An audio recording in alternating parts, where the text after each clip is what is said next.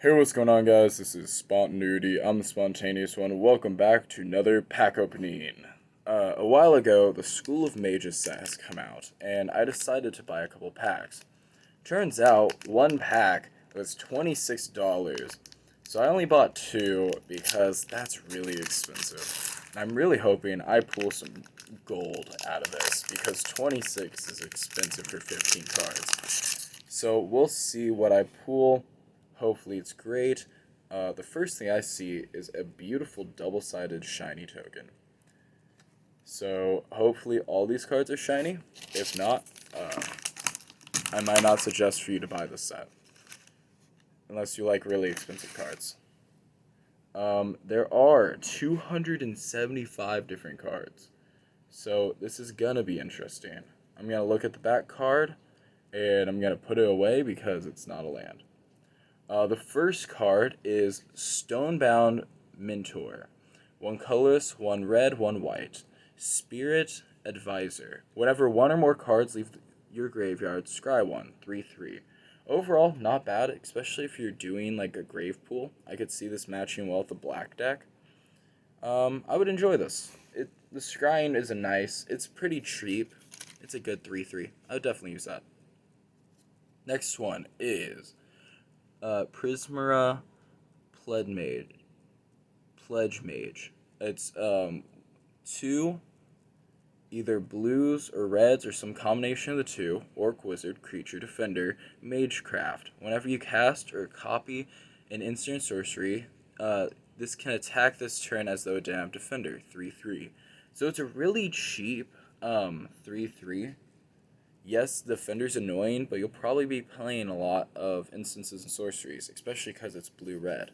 Definitely an enjoyable card. These are going to be expensive cards, so I'm really trying not to scratch them. The next card is Serpentine Curve. 3 colorless, 1 blue. Create a 0/0 green-blue fractal creature token. Put X1/1 counters on it, where X is 1 plus the total number of instances and sorceries you own in exile and in your graveyard. So I feel like this set is very much focused upon instants and sorceries, and I'd probably add a lot of these to my blue-red mill deck, because a lot of that is based upon like instants and sorceries milling my opponent. It would be a very big card in a lot of different decks. I believe all these cards are shiny.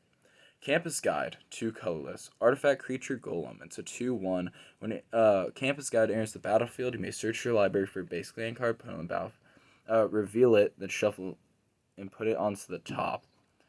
I don't like this card for a pure fact of you don't get the basic land. It's put on top, and there's a lot of ways that you can't get the top card now. I could see it being somewhat useful if you need to like pull the top card and you want it to be a specific thing, but other than that, I would not use it. Linline Evocation. 5 colors, 1 green. Create a 0/0 green-blue fractal creature. Put a 1/1 counter on it, and put X1/1 counters on it, where X is the number of lands you control.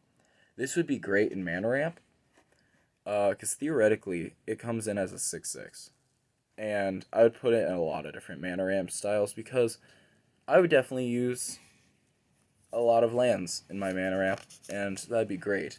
The next card is, this is the first uncommon, Devouring Tendrils.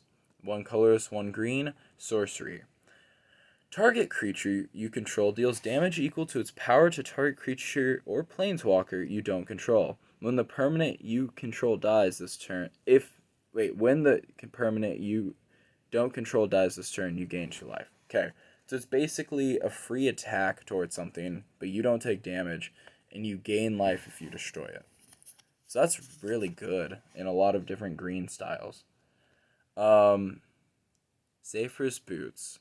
1 colorless. Equipped creature has flying. Whenever equipped creature deals combat damage to player, draw a card, then discard a card. Equipped 2. This is all around a really good card. Gaining flying is a really good effect, especially for how cheap it is. All the equipment costs makes it pretty good. The equipping it is pretty cheap. And then drawing a card, discarding a card, that's just a lot of advantage there. This has a weird symbol in the front that I actually don't know. It is Introduction to Prophecy, 3 colorless. It's a sorcery lesson. Scry to draw 1. I don't like that. Scrying to draw 1. Especially because it's a 3 cost. But it's really interesting. Especially, I don't know what the symbol in the top is. It's a beautiful card. I just don't think I'll personally play it. The next card. Oh my gosh. Winter Bloom Command. 1 black, 1 green. Sorcery. Choose 2. So it's a 2 cost, choose 2. Target player mills 3 cards, then you return a land card from your graveyard to your hand. That's amazing. That's worth 2 cost. Destroy target non-land creature, non-land permanent with value mana value 2 or less. So you destroy just an enchantment or an artifact for really cheap. Target creature gets -3/-1 until end of turn. So if they're swinging, if they're defending, you can easily stop it. Target opponent loses 2 life, you gain 2 life. That is just an amazing card. I would definitely be playing the first and last effects the most, but the destroying like the artifact and all that for really cheap, definitely worth it. The next card is Elementalists Plate, 3 colorless. Whenever you cast a spell with X in its mana cost, put 2 charge counters on this. Tap 1, add 1 mana of any color. Tap, add 1 colorless for each charge counter on this. Spin this mana as though it contains X. So if you're doing a really big X deck, you can keep on just putting 2/2 charges on this, and it'll be giving you more and more so you can pay better and better X cost. Also, I like that it's a full art. It's really pretty. The next card is Elite Spellbinder. 2 colors, 1 white, human cleric flying. When Elite Spellbinder enters the battlefield, look at target opponent's hands. You may exile a non-land card from it. As long as that card remains exiled, its owner may play it. A spell cast this way costs 2 more to cast. It's a 3/1. So basically, you make one of their cards cost 2 more to play. I don't like that effect. It's not necessarily bad. I just personally dislike it. The next card. Oh my gosh. Claim the Firstborn. Sorcery. Gain control of target creature with mana value 3 or less until end of turn. Untap that creature, it gains haste. It's a 1 cost. Number 1, that is just an all-around beautiful card. Like, this is probably top 30 prettiest cards I found. And the effect's amazing. You steal a 3 cost or less for 1. And it's just amazing. The next card, oh my gosh. I have a full art Japanese rare. I would personally like to know the translation of the card. But that is just a gorgeous card. Like, I'll never be able to play it because I can't read it. And it actually might be worth learning just to see the card. But that is just breathtaking. I'm going to let you guys look at it for another second. I enjoy that. The next card on this beautiful list is Aggravising Remorse. 1 colorless, 1 black. Sorcery. Target opponent reveals their hand. You may choose a non-land card from it or a card from their graveyard. Exile that target, you lose 1 life. So you basically get to remove any pesky card you want from their hand or graveyard. And the only downside is you lose a life. Plus, that is a beautiful... Oh my gosh. That is a beautiful card. Overall, I love it. And this last card, I'm going to grab one of the cards from before. Because, oh my gosh.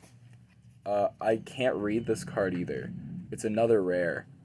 And I believe it's Japanese. And that is beautiful. Can't believe I pulled both of these. These easily are my 2 favorite cards. I wish I could play them. I wish I knew what they said. But if any of you can translate this, please do. I love it. They're beautiful cards.